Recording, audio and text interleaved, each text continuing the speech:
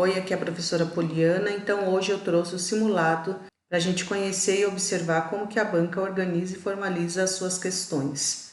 Essa prova ela foi aplicada no ano passado, 2024, na cidade de Botucatu. Vou deixar o link na descrição do vídeo para que vocês possam ler na íntegra. Então vamos aqui para a questão 1. O processo de alfabetização e letramento na escola envolve não apenas o domínio do sistema de escrita alfabética, mas também o desenvolvimento de práticas sociais de leitura e escrita. Alfabetizar e letrar significa, portanto, habilitar o aluno para ler e escrever de maneira funcional, compreendendo e utilizando a linguagem escrita em diversos contextos.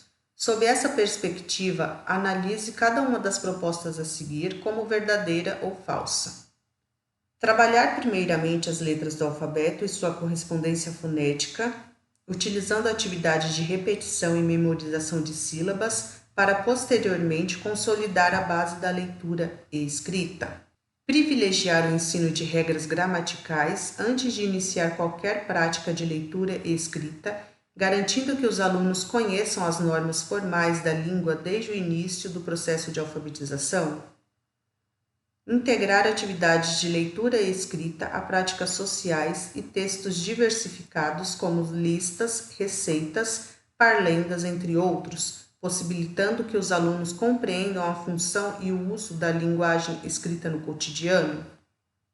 Avaliar exclusivamente a escrita correta das palavras, enfatizando a ortografia em detrimento da compreensão do conteúdo lido ou produzido pelos alunos.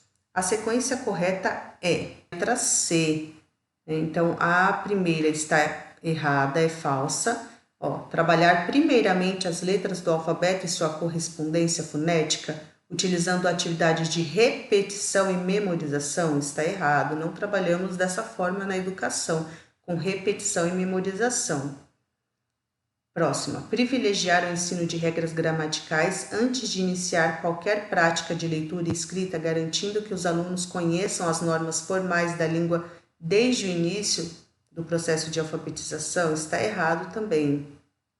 Próximo, integrar atividades de leitura e escrita a práticas sociais e textos diversificados como listas, receitas, parlendas, entre outros, possibilitando que os alunos compreendam a função e o uso da linguagem escrita no cotidiano, está correta. Então, os autores vão dizer que o processo de alfabetização e letramento não envolve apenas o domínio do sistema de escrita, mas também o desenvolvimento de práticas sociais de leitura e de escrita. Por isso que essa daqui está correta. Agora a próxima, avaliar exclusivamente a escrita correta das palavras, enfatizando a ortografia. Está errado também. 2. As concepções de criança e de infância foram transformadas ao longo da história e refletem as mudanças sociais, culturais e econômicas de cada época. Considerando os fundamentos históricos e sociológicos dessas concepções na atualidade, analise as afirmações a seguir. 1. A infância é uma fase importante de construção de identidade e de experiências significativas, na qual as crianças desenvolvem sua autonomia e interagem com o meio social, familiar e cultural. 2. A criança deve ser compreendida como um sujeito de direitos e agente ativo de seu próprio desenvolvimento, considerando as diferenças culturais e as múltiplas infâncias presentes na sociedade. 3. A infância é uma fase de vulnerabilidade e incapacidade, de forma que a criança deve ser protegida do mundo adulto e dos efeitos indesejados que o ambiente externo pode exercer em seu desenvolvimento. 4. A infância é uma fase de transição, onde a criança deve ser preparada para o futuro, com foco em atividades que visem essencialmente ao desenvolvimento escolar e a aquisição de habilidades funcionais para a vida adulta. Quais dessas afirmações estão corretas? A, 1 e 2, B, 3 e 4, C, 2, 3 e 4 ou D, 1, 2, 3 e 4. Vamos ver? Estão corretas apenas a 1 e a 2. Por que a 3 não? Vamos ver. A infância é uma fase de vulnerabilidade e incapacidade? Errado, né? Aqui a gente já exclui essa questão, já vê que está errada, porque as crianças elas são potentes.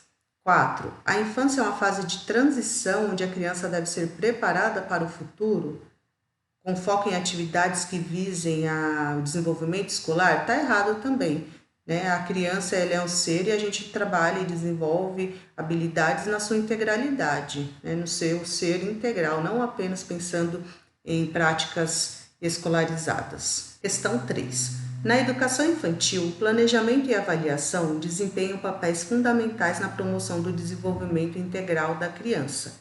Nesse sentido, só não é correto afirmar que a. Planejamento deve ser flexível e ajustável, permitindo ao professor rever atividades conforme o interesse e o ritmo da criança. B. A avaliação deve ser um processo contínuo e formativo, com foco no acompanhamento do desenvolvimento, sem a necessidade de notas ou classificações. C. As práticas de planejamento e avaliação devem incluir a participação das famílias, permitindo que contribuam com informações sobre o desenvolvimento e interesses da criança fora da escola. D. O planejamento deve ser elaborado de modo a priorizar atividades focadas no ensino de conteúdos que visem especificamente a preparar a criança para o ensino fundamental, como a leitura e a escrita. Destas afirmações, qual que está errada? Né? Aqui está perguntando, nesse sentido, só não é correto afirmar que.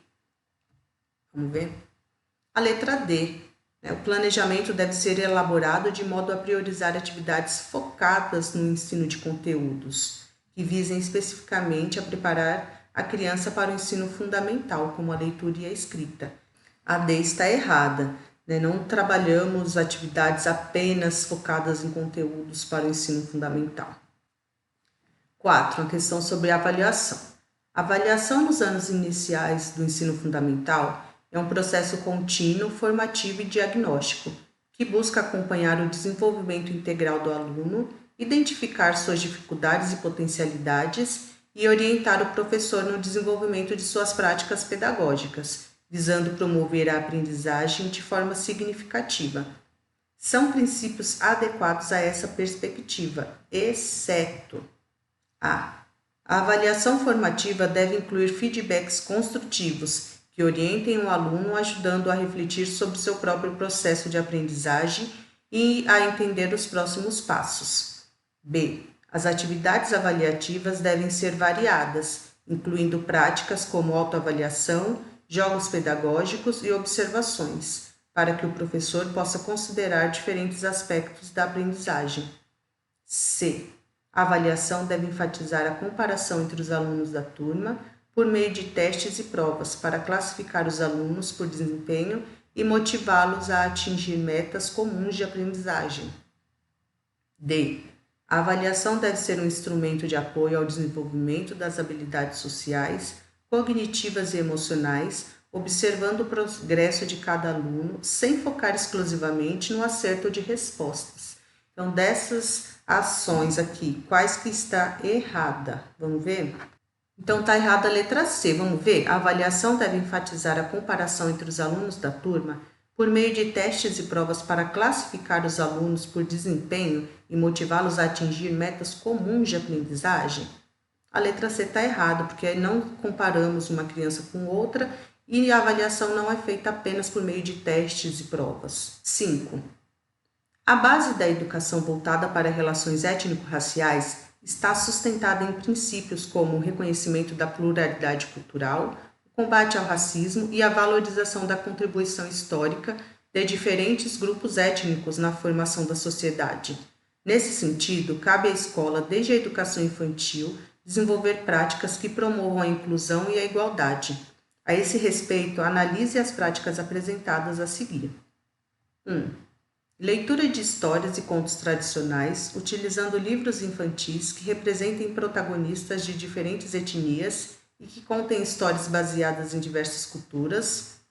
2. Brincadeiras e jogos com atividades que incluam elementos culturais variados e permitam que as crianças explorem aspectos como música, dança e expressão artística de diferentes povos. 3. Debates e rodas de conversa que estimulem o diálogo em sala de aula sobre temas ligados à igualdade, ao respeito e à luta contra o preconceito. 4. Roda de histórias e compartilhamento cultural, onde cada criança, com a ajuda de suas famílias, traga algo autêntico sobre sua herança cultural, uma história, um prato típico, uma música, etc. E compartilhe com a turma, promovendo o respeito e a compreensão mútua. Dessas ações aqui, quais estão corretas? 1 e 2, B. 3 e 4, C. 2, 3 e 4 apenas, ou D. 1, 2, 3 e 4. Dessas ações, qual que trabalha relações étnico-raciais? Vamos ver? Está correta a letra D. Em todas essas ações, elas vão trabalhar relações étnico-raciais, promovendo a inclusão e a igualdade. Questão 6. A professora Renata está organizando uma atividade de contação de histórias na educação infantil. Ela observa que as crianças adoram ouvir e comentar sobre suas narrativas, mas também gostam de participar ativamente, expressando suas ideias, gestos e emoções. Considerando ações que contribuem para enriquecer essa experiência, analise as seguintes propostas sugeridas à professora Renata. Realizar uma atividade que privilegie a contação de histórias apenas pela professora, pois essa estratégia é essencial para que as crianças aprendam a contar histórias de modo correto.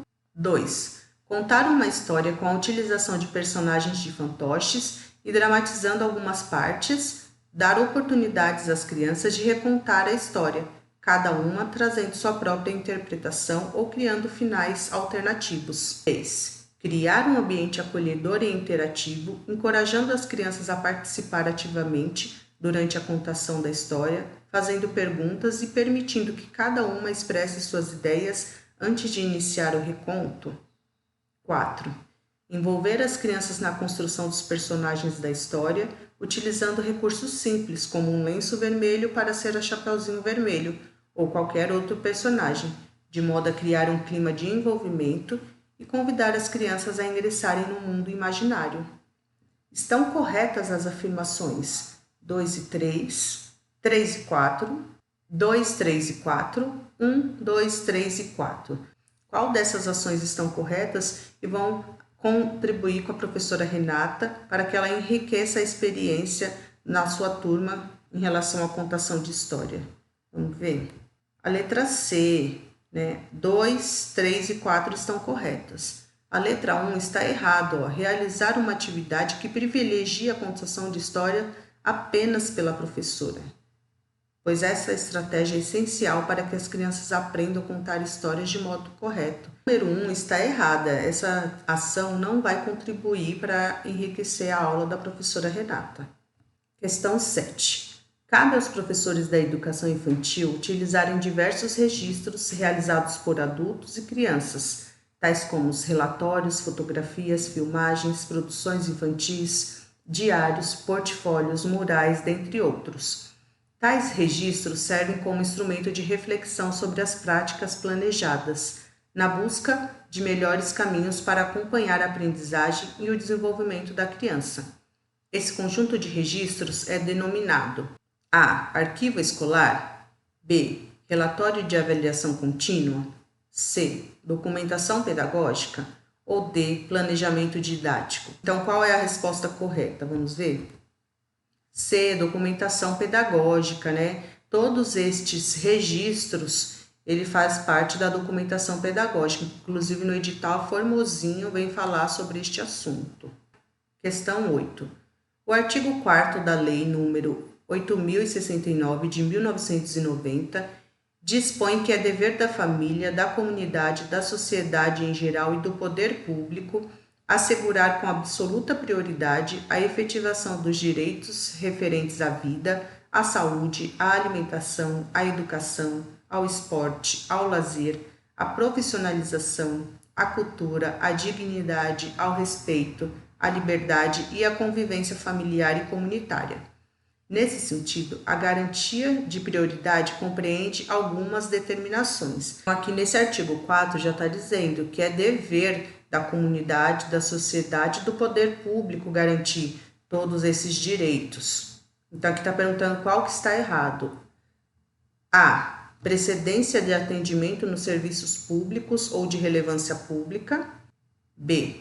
Preferência na formulação e na execução das políticas sociais públicas. C. Primazia de receber proteção e socorro apenas em situações de emergência ou risco de vida imediato.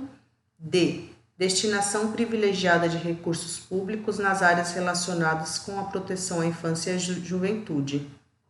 Então, aqui no artigo 4 já está dizendo que as crianças e os adolescentes, eles têm esses direitos. Então, vamos ver qual é a resposta? A letra C. Primazia de receber proteção e socorro apenas em situações de emergência ou risco de vida imediato. Está errado. Lembrando que a banca, ela está perguntando exceto, né? Então, por isso que a C é a resposta, porque está errada. A criança e o adolescente, ela já tem todos esses direitos assegurados. Questão 9. Na questão 9, é uma questão de preencher lacunas, tá? Com essas respectivas palavras aqui. Então, vamos ver. O currículo paulista defende que pensar a infância como um todo implica em considerar as singularidades do ponto de vista das experiências humanas de desenvolvimento e as importantes passagens vividas pela criança no período entre seu nascimento até 5 anos e 11 meses. Aí aqui está perguntando, se diferenciam das pela sua incompletude motora, o que exige do adulto e da instituição uma organização acolhedora e ao mesmo tempo desafiadora em relação a essa condição.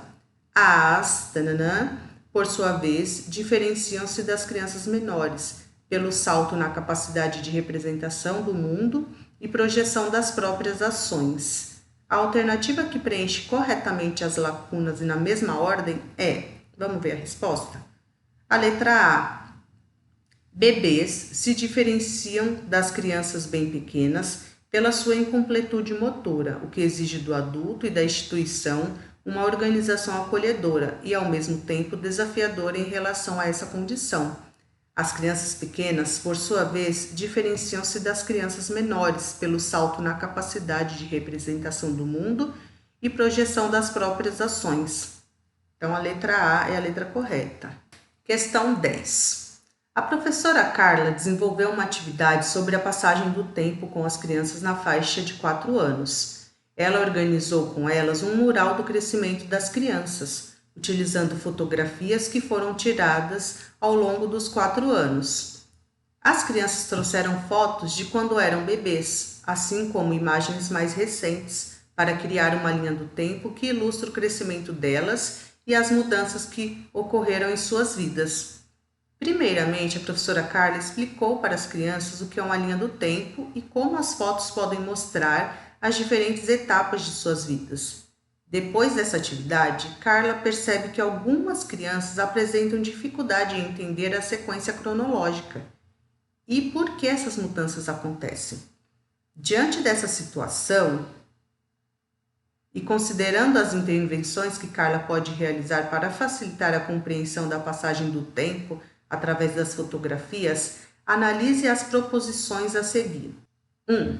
Incentivar as crianças a compartilharem histórias sobre cada fase, perguntando como elas se sentiam naquela época e o que aprenderam. 2. Limitar a atividade a apenas 2 fotos para a criança, focando apenas nas imagens mais recentes para evitar confusão sobre o passado. 3. Explicar que o mural é apenas uma representação da passagem do tempo e que as crianças não precisam se preocupar em entender as mudanças que aconteceram em suas vidas. 4. Organizar um momento de reflexão em grupo após a atividade, onde cada criança é convidada a contar aos colegas sobre a foto que mais gostou e o porquê, promovendo a troca de experiências e a valorização das mudanças ao longo do tempo. Estão corretas as afirmações A, 1 e 4, B, 2 e 3, C, 2, 3 e 4, D, 1, 2, 3 e 4. Qual dessas ações que vai ajudar a professora Carla? Estão corretas as afirmações 1 e 4. Né? Vamos ver aqui a 2 e a 3, por que está errada? Limitar a atividade a apenas 2 fotos para a criança? Está errado, não vai ajudar a compreensão. 3. Explicar que o mural é apenas uma representação da passagem do tempo e que as crianças não precisam se preocupar em entender as mudanças que aconteceram em suas vidas? Está errado também, não é esse o objetivo da atividade da professora Carla. Então, esse é o simulado que eu trouxe para a gente analisar e observar como que a banca trabalha as suas questões, né? Pude observar que ela trabalha com estudo de caso, bastante questões de lacuna e de proposições, 1, 2, 3 e 4, verdadeiro ou falso. Então, é mais ou menos assim que a banca organiza suas questões. Espero que vocês façam bons estudos.